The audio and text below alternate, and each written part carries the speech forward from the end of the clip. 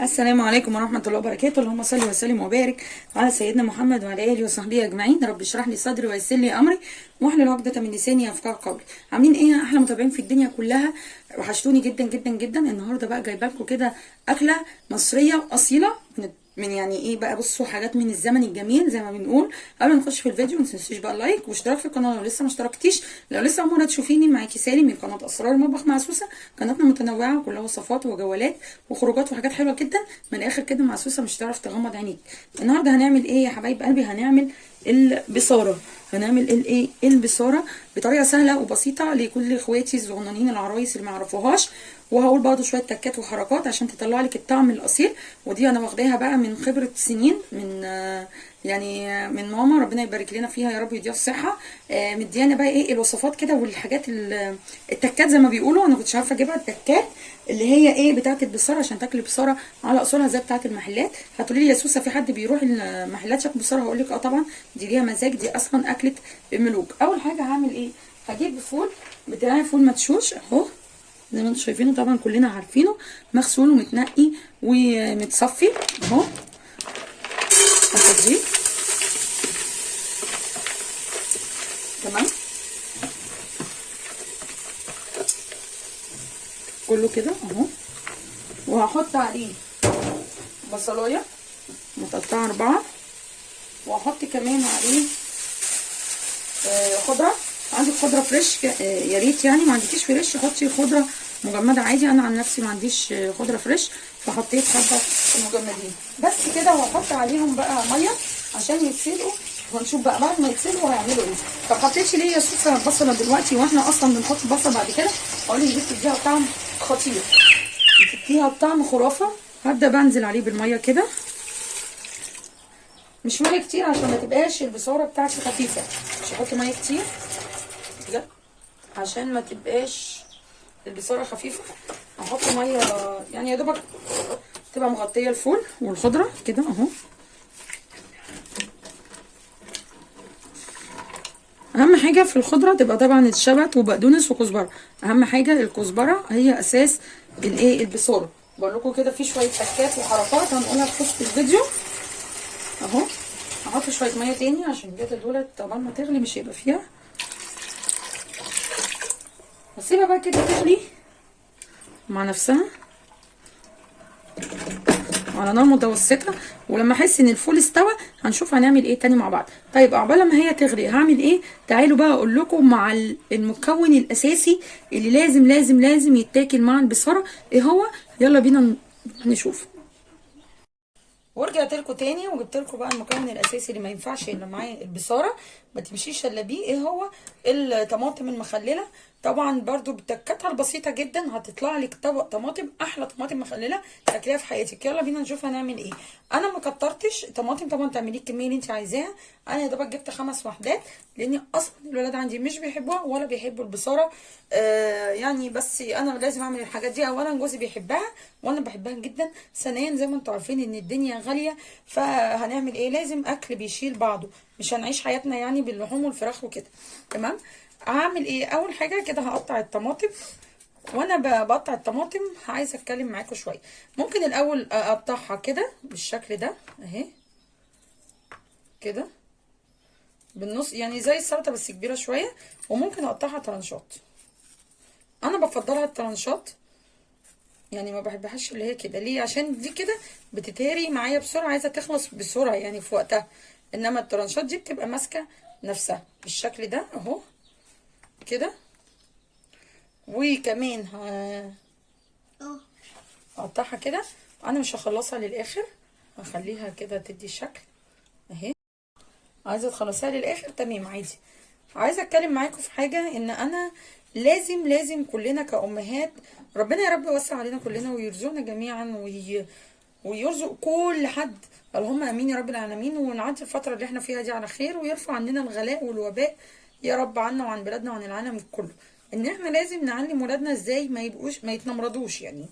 يرضوا بالمقسوم. اهم حاجه والله الرضا. السعاده مش في الفلوس، السعاده في الرضا. انا معايا فلوس من الارض للسماء وما عنديش الرضا، برضه هحس دايما ان انا ناقصني حاجات كتير.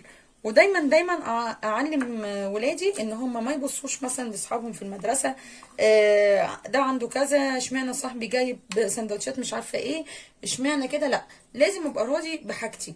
بصوا انا هتكلم وانا بعمل الفيديو. هحط هنا ايه في الطبق دوت؟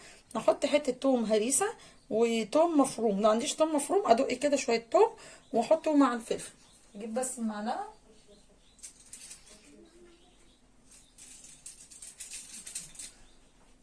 احطهم كده، واحط عليهم ايه؟ خل. افك بس التوم لان هو كان عندي في الفريزر.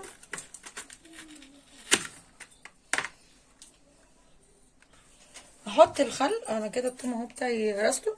احط خل مش كتير اهو، واحط كمان حبه كمون، حبه كزبره، وابدا اقلب بقى كده كله. وحطيت كمان حته حبه بتاع دوت مثلا نبي كزبره خضراء اهو. هقلب كده كل المكونات واجيب بقى طبق التقديم بتاعي، وابدا احط ايه الحشو جوه شرايح الطماطم بالشكل ده. زي بقى ما بقول لكم لازم نعود ولادنا من صغرهم على الرضا. احنا مش عارفين بكره في ايه، ان شاء الله يبقى مخبي كل خير يا رب، بس يبقوا عندهم رضا، ما يحسوش ان مثلا لو الظروف اتغيرت فجأة ان لا ده بابا قصر معانا، لا دي ماما قصرت. لا، انا راضي باي حاجه، راضي باي حاجه، راضي بالموجود، راضي بالاكله الموجوده، راضي بخروجتي الفلانيه، راضي بشقتنا، راضي بمصروفي، وهكذا. ربنا يا رب يصلح حالهم ويجعل ايامهم احسن من ايام. هبدأ ارصها بقى بالشكل ده، ودايما نحاول نحللهم بقى ايه الاكلات بتاعتنا، اي حاجه كده نزوقها لهم ونعملها لهم، ونعمل كل حاجه في البيت علشان نقدر نوفر الفلوس، لان بجد بجد بقت العيشه غاليه جدا. احط كده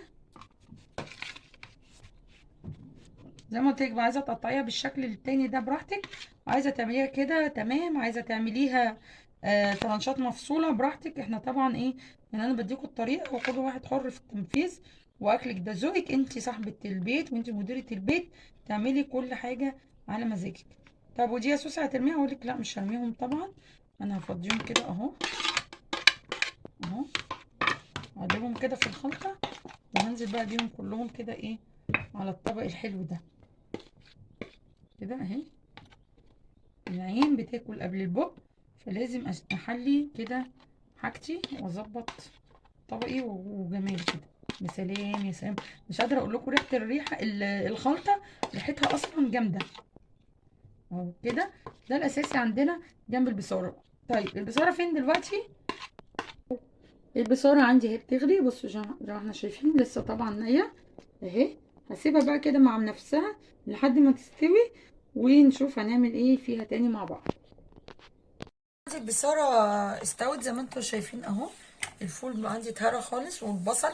هعمل ايه بقى؟ هجيب الهاند بلندر بتاعتي واطحنها. طب ما عنديش يا سوسه هاند بلندر، هعمل ايه؟ هقولك عادي اعمليها في الخلاط عادي جدا، مش هفشل الخلاط.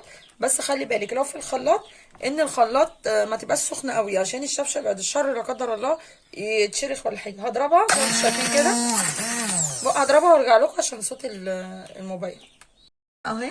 بصوا بقى عندي معجون البصاره عامله ازاي، ناعمه خالص على قد ما اقدر بنعمها بالشكل ده. هعمل ايه بقى تاني؟ يلا بينا نروح على البوتاجاز تاني. نفس الحله اللي كان فيها الفول بتاعي وهو بيتسلق، هحط فيها حبه زيت بالشكل ده كده، مش كتير ومش قليل.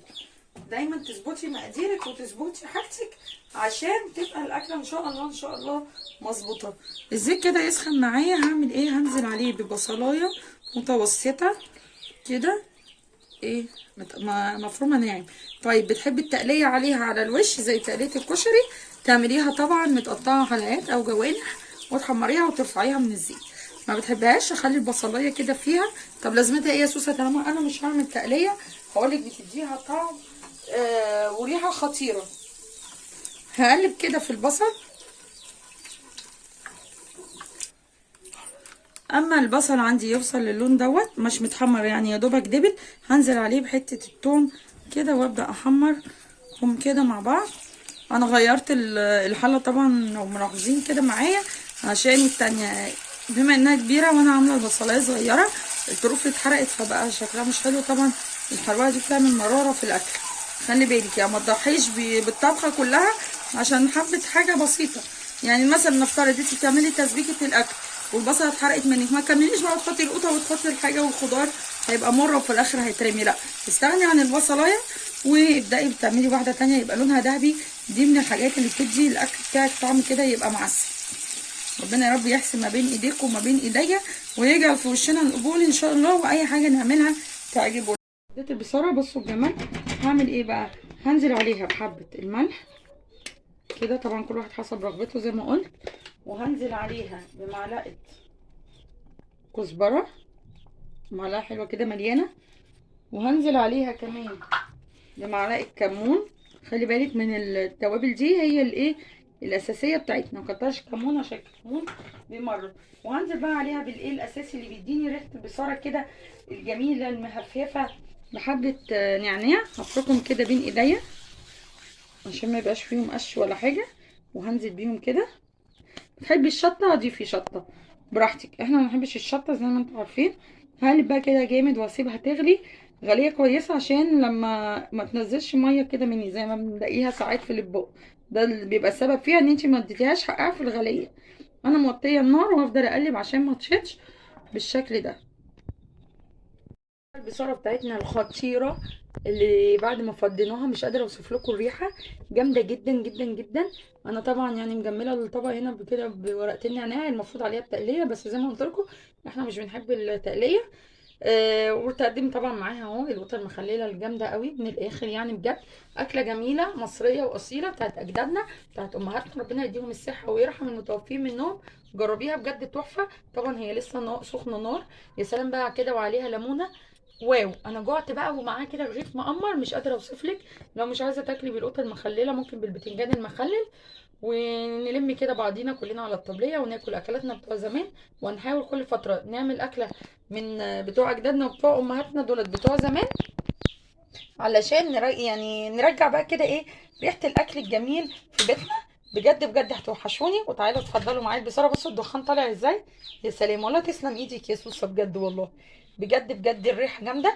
جربوها بالطريقه دي بنفس التكات والحركات، وقولوا لي رايكم في الكومنتات. ولو عايزين اكله من بتوع زمان او من اكلات امهاتنا كده الاكلات القديمه ديت وبتوع اجدادنا، قولوا لي عليها في الكومنتات وانا عينيا ليكم واعملها لكم وكلنا نستفيد من بعضينا.